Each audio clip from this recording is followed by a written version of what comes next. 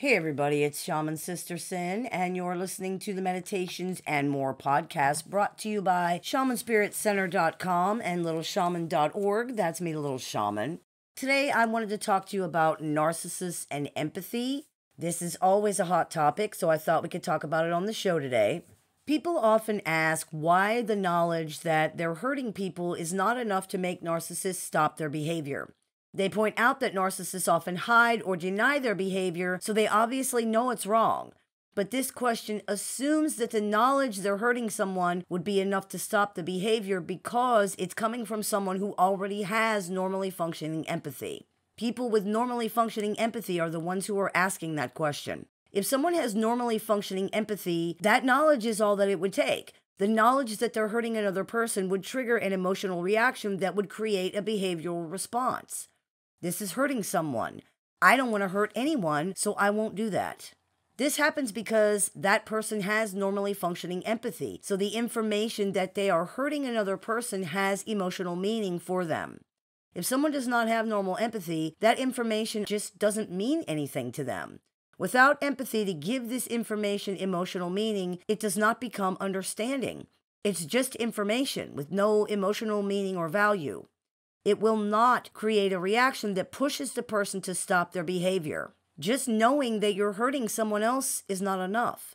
You have to actually care about that in order for this information to make you want to stop.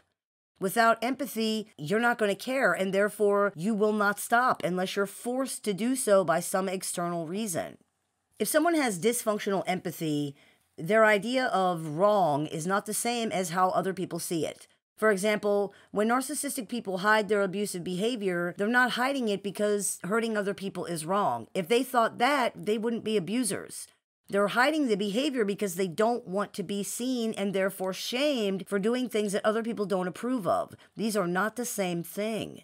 When small children are caught stealing cookies out of the cookie jar, they're not ashamed because stealing cookies is wrong or disobeying is wrong. They're ashamed because they got caught doing a bad thing and now they're in trouble or people are upset with them. It's not that they think the act itself was wrong. That doesn't even enter into the equation to be considered. It's that they were caught doing something other people don't want them to do. This causes shame, which is the pathologically narcissistic person's mortal enemy. This is made evident by the fact that abusive behavior is not the only thing narcissists hide. They hide, lie about, deny, deflect, or defend anything that they think will bring them shame, even stupid things that nobody cares about. The same reason they hide abusive behavior is the same reason that they will lie and blame you for them getting the wrong kind of butter.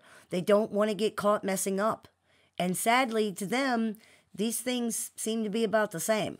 Getting the wrong kind of butter or forgetting to pick up the dry cleaning will often receive the same level of vehement denial and deflection that hurting others will also receive. To narcissistic people, it appears to be that these things are all the same level of wrong and all result in the same level of toxic shame. If you listen to this show with any regularity, you know that I don't believe all narcissistic people have no empathy at all. Many do seem to have some level of empathy, and that makes sense because narcissism is a spectrum. But what empathy they do have is maladaptive and dysfunctional.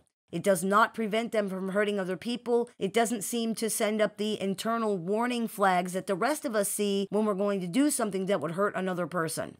This is likely because pathologically narcissistic people are in a constant state of survival mode. Empathy can actually be a detriment in survival mode. If you're in a fight for survival, empathy could result in you not getting what you need and therefore not surviving. If you've been locked in a room with another person for weeks and weeks and suddenly a peanut butter sandwich appears, identifying with that other person and having empathy for their hunger could result in your death. You need to get that sandwich and eat it. They're going to have to worry about themselves. Now, many people might say, well, I would share with the other person. Well, maybe you would and maybe you wouldn't. It's one thing to imagine the situation and another thing to be in it, but either way, you're not a narcissist. It's a mistake to project your experience or your empathy onto another person because not everyone reacts to everything the same way and not everyone has the same level of empathy. They just don't.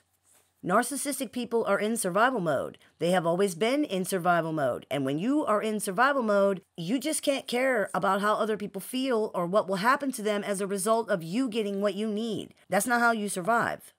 Many narcissists will even talk about this in a roundabout way, describing empathy or caring about others as weak or being soft. Or they might talk about their fear, which is often disguised as disgust or hatred, of appearing weak. Some might even say these things just flat out. That tells you everything you need to know. These are primitive-minded, arrested people stuck in a survival of the fittest mindset where the only way to make it is to get everyone else before they get you. There's no point in telling them that this is not how it is because they see it everywhere they look, and they always have. Everything they see and do and that happens to them seems to reinforce their idea that there's nothing to be gained and everything to be lost by going soft and allowing other people to live too. If there are 10 crackers and Bobby allows Jimmy to have half of them, that's 5 crackers that Bobby doesn't have. What will he do when they're gone? If Bobby identifies with Jimmy, if he has empathy for Jimmy's situation, then Bobby loses something and his survival may now be in jeopardy. This can create a panic, and Bobby may react with anger and violence toward Jimmy for daring to take some of them. Even worse is the situation where Jimmy has 10 crackers and Bobby has none. This is probably why some narcissists can seem to have empathy in situations where they don't stand to lose anything. If there's no threat, there's nothing to be lost by identifying with another person, and whatever empathy they may possess is therefore, quote, safe to engage in. The problem is that they seem to see threats literally everywhere because of their overblown fears about survival. For whatever reason, they got the idea early on that their very survival is being threatened continuously. This mindset is extremely difficult to change because it validates itself constantly, and literally anything can become a fight to the death because of it. They've got too much to lose. And anyone who has ever been in one of these situations with a narcissist can attest to the fact that they at least seem to sincerely believe that. In the end, if you're expecting empathy from someone who believes that you might get in the way of their survival, that's probably an unrealistic expectation. If you believe you will be able to convince this person that you're not doing that when they've likely spent their entire lives believing that about every situation they're in, that's probably unrealistic too. The only thing you can really do in this situation is realize the truth of the situation and accept it for what it is.